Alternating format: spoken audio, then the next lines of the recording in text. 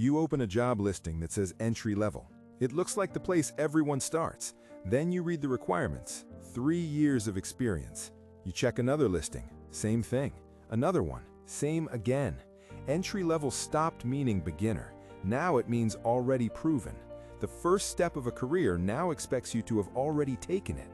The starting line moved. Companies didn't raise standards, they reduced risk. Most people follow the expected path. You go to school, you learn useful skills, you build a resume. You apply where everyone tells you to start. Entry-level jobs feel like the rational first step. This feels safe. This feels predictable. This feels like how careers are supposed to begin. For decades, this worked. Companies hired beginners. Beginners learned on the job. Skills were built inside the system. Experience came after entry. The ladder had a visible bottom rung.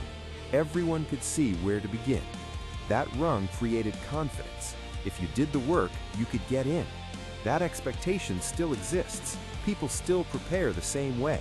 Degrees are earned, certifications are added, software is learned, side projects are built. Applicants try to become ready, but readiness itself has changed. Today, companies expect less learning after hiring.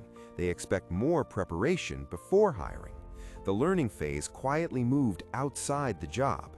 Training did not disappear, it was transferred. Now, preparation happens before entry instead of after. Risk moved upstream. This changes who gets through the door. The routine still looks the same, but the rules underneath it are not. Most applicants believe the problem is competition. They assume more people are applying. They assume standards simply increased. They assume they just need one more skill, one more certification, one more course. This feels logical. If the bar is higher, you try to jump higher. If requirements increase, you try to match them. This belief keeps people investing more time, more effort, more preparation. It feels like the responsible response. Work harder, prepare more, become more qualified. This belief feels rational because it used to be true. Better preparation did increase chances, but something else changed underneath that logic. The hiring system itself became more cautious. Companies are no longer just selecting the best candidate, they're trying to avoid the wrong one. Avoiding mistakes became more important than finding potential. A safe hire became more valuable than a promising hire. Certainty started beating possibility. This changes how requirements are written. Job descriptions stopped describing learning roles. They started describing risk filters. Requirements now function as protection. Each extra skill reduces uncertainty. Each extra tool lowers training time. Each extra year reduces hiring risk. The posting does not just describe a job anymore, it describes a safety threshold. From the company side, this shift makes sense. Training takes time. Training costs money. Training carries uncertainty. A new hire might leave. A new hire might struggle. A new hire might never reach full productivity. Every unknown becomes a financial risk. Hiring managers are measured on stability. Teams are measured on output. Mistakes are visible. Potential is not. A failed hire creates immediate problems. A missed great hire creates none. This changes behavior. Managers do not get rewarded for taking chances. They get rewarded for avoiding disruption. Safe decisions become career protection. Risk avoidance becomes professional survival. Software also changed this process. Hiring platforms now allow hundreds of applicants. Filters became necessary. Filters became automated. Requirements became screening tools. The easiest way to reduce applicants is to increase requirements. More requirements mean fewer unknowns. Fewer unknowns mean less risk. Over time, this compounds. Each hiring cycle adds another filter, another requirement, another preferred skill. The system slowly trains itself to become stricter. No one decides this all at once. It happens incrementally. Safety accumulates. Flexibility disappears. This creates a quiet trade-off most applicants never see. Companies reduce hiring risk, but beginners lose entry points. The system becomes safer for employers, but harder for newcomers. Stability increases on one side, access decreases on the other. The trade is invisible because it happens slowly. Each extra requirement feels small. One more tool, one more year, one more qualification. None of these feel extreme alone. Together, they move the threshold. Entry level slowly becomes mid-level preparation. The bottom rung starts requiring halfway experience. This produces a structural paradox. Companies say they want motivated workers, but the system filters for already proven workers. Companies say they want growth, but the filters reward prior access. Potential becomes harder to measure. Experience becomes easier to measure. So experience wins.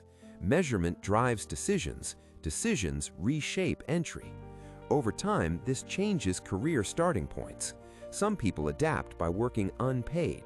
Some accept internships. Some build experience outside employment. Some never get the chance. The system does not intend exclusion, but the design produces it anyway. When risk reduction becomes the goal, opportunity becomes the cost. This is where the experience paradox forms. You need experience to get hired, but you need hiring to get experience. The system creates a loop. Entry requires proof. Proof requires entry. This loop did not exist at this scale before. It expands as requirements expand. Each filter strengthens the loop. Each filter removes another possible starting point. Eventually, the market splits into two groups, those already inside, those trying to enter. Movement between those groups becomes harder. This is not about talent, it is about position. Once someone gets their first verified role, future movement becomes easier. Before that point, movement is uncertain. The first verification becomes everything. This is why small early opportunities matter more now. They act like access keys. Without them, applicants remain theoretical. With them, they become safe bets. Companies are not evaluating raw ability. They're evaluating proven survival inside another system. Experience becomes proof of reduced uncertainty. This is why requirements often reference tools instead of ability. Tools are measurable. Ability is harder to measure, so the system prefers signals it can verify. Verification replaces potential. The loop tightens. This is where the real pressure appears. People start taking any opportunity just to get verified. Unpaid work becomes acceptable. Contract work becomes acceptable. Underpaid roles become acceptable. The goal stops being income. The goal becomes access. Getting inside becomes more important than what you earn. This shifts negotiating power. Companies know many applicants need their first proof. That weakens leverage. When access becomes scarce, people accept worse terms. Optionality shrinks. Alternatives disappear. Waiting becomes risky. Delaying experience delays entry. Delaying entry delays stability. Time itself becomes pressure. This is why many early careers now feel rushed.